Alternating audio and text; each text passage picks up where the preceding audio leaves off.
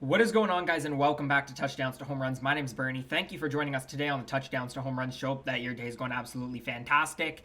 Today, we're going to be doing one bold prediction for each of the teams in the SEC East. Yesterday, we did the West version of this video, so if you want after this video to go check that one out, it's also on the channel.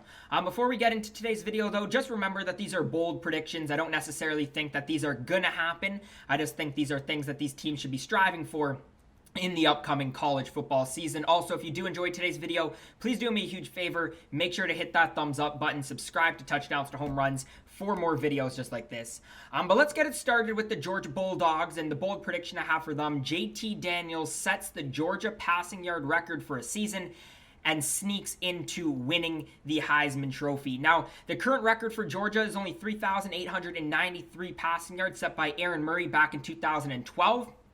Which only means he needs only 279 yards per game over 14 games, assuming he stays healthy the whole year, plays in the SEC Championship, and then the bowl game at the end of the year as well. Over 4 games last year, he was really good. Had 1,231 passing yards, which is an average just under 308 yards per game, and a pace like that would shatter the record this year, so I think it's definitely doable.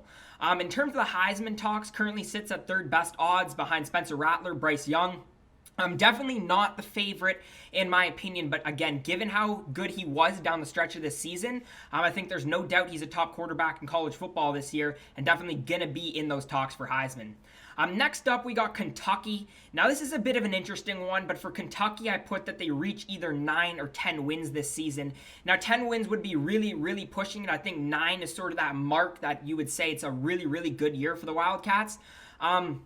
But they do have a favorable schedule. You got 3 of your first 4 games should be wins. You got Monroe, Chattanooga, South Carolina, even though it's on the road, definitely a winnable game there. And then you got your last 5 games against all teams who were not over 500 records last year. You got Mississippi State, Tennessee, even though they're better, Vanderbilt, New Mexico State, and Louisville. So potentially 4, maybe all 5 wins there.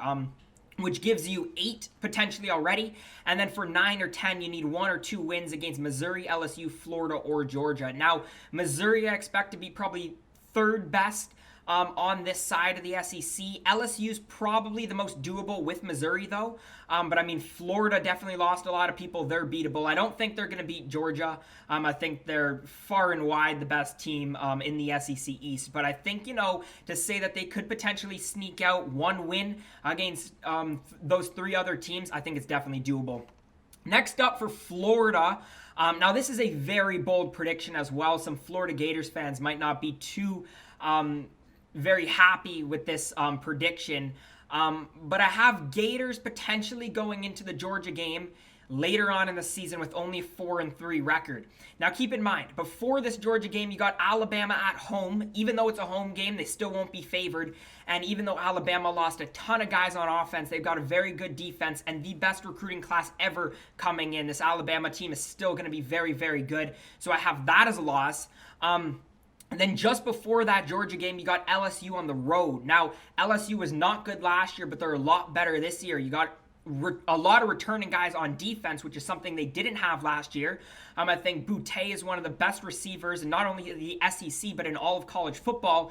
And if you get a healthy Miles Brennan for the entire year, that takes away LSU's quarterback problems, and I think all of a sudden this is a very, very good offense. And if they lose that LSU game, now you either have to lose that game against Tennessee or Kentucky. And even though Tennessee should be a win, they're in a much better position this year, and we'll talk about that in just a second. But with their new coach, Josh Heupel, it's a much better offense. It's very bought in. They've got one of the most, if not the most interesting quarterback competitions in all of college football. And then on the flip side, Kentucky is also a very good, 9-win potential team as well. So there is that potential they lose one of those 2 games. Do I think it's going to happen? Probably not, but that's why it's a bold prediction. Next up, we got the South Carolina Gamecocks. Now, it was 50-50 between what I was going to put for this one, but I ended up going with that. The Gamecocks will have the most surprising offense in the SEC, or in the SEC East. Now, you can take that sort of how you will, because the Gamecocks did lose quite a few guys on offense. But in my opinion, they already are starting the year with a very underrated backfield. You have Kevin Harris, who led the SEC in rushing yards last year before the bowl games. You have Marshawn Lloyd as well, returning to the backfield after an ACL injury, so a really good backfield to start. You lost some pieces on your wide receiver core, but I still think it's a mid-tier receiving core in the SEC. You got Brooks as sort of your X factor. You got Joyner in there. You got a ton of depth, some really, really talented depth that I like as well. And then I think it comes back to how good you can figure out your quarterback position. Even with Doty, who I expect to start the year, I don't really know how good he's going to be. I know my partner Noah on the channel doesn't even think he's going to be the quarterback by the end of the year. But I think, if they can really find some, good production from the quarterback position, I think this is an extremely underrated offense. Next up, Tennessee. For them, I put the Vols quarterback as the second best statistical season in the SEC East. Now, Tennessee's coming off a year where it wasn't only bad in terms of their record, but particularly a lot of their issues came from that quarterback position, where Garantano last year was sort of flip-flopping between being able to start him and having to bench him.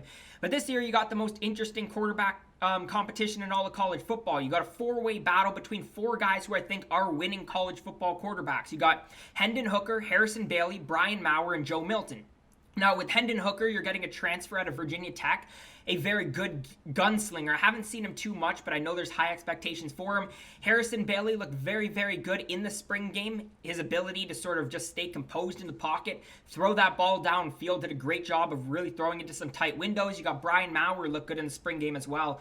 And then Joe Milton from my Michigan Wolverines, who I'm a fan of. I got to see him a lot last year, and got an amazing arm in terms of velo and the ability to throw that ball like 80 yards downfield. And if he can get some consistency with the accuracy, even Joe Milton is a winning quarterback in my opinion. Then you put that on top of Josh Heupel coming in as your new head coach, offensive-minded coach. I know he's only coming from UCF, but that UCF offense was very, very good. And this Tennessee offense is going to be more up-tempo. You got an offensive line that in the spring game looked like they bought in, and I think they got a lot of talented pieces there. So I think the offense and the scheme definitely fits a quarterback putting up some really good statistical numbers. And then you got no Kyle Trask in the SEC. So really, besides JT Daniels, this is a wide open title to have in terms of being the second best quarterback in the SEC East. Second last team that we have is Vanderbilt. Now this was really tough because obviously Vandy didn't win a game last year. And they're not a great team, and it's really hard to sort of pick bold predictions for them in this tough SEC schedule. But for them, I put Vandy will be in the top half of the SEC in takeaways. Now, this doesn't sound phenomenal, but they have only been in the top half of the SEC in takeaways two times since 2016. They've got a new head coach who was the former defensive coordinator over at Notre Dame, who had some very, very good defense. And I think just overall, Vanderbilt this year isn't going to be fantastic defensively, but is definitely going to be improved in sort of being able to create chaos at the line, forcing mistakes, and definitely going to improve from sort of being definitely the worst defensive team in the SEC last year. And then the final team that we have is, of course, the Missouri Tigers. I said the Missouri Tigers, bold prediction, they finish second in the SEC East. Now, I think they're going to finish third. I think that is definitely sort of their biggest projection to finish. But their schedule is sort of favorable. You don't play Bama, you don't play LSU, you don't play Auburn from the West.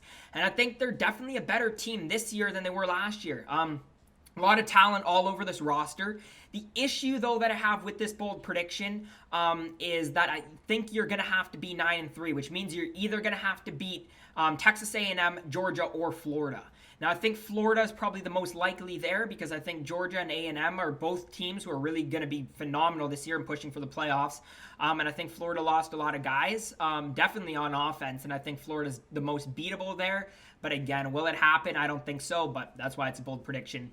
Anyways, guys, if you did make it to this point in the video, though, let me know your thoughts, your comments down on these 7 bold predictions down in the comment section below. Also, let me know, do you guys have any other bold predictions for these 7 teams, and which conference do you want to see me do next now that we're done the SEC?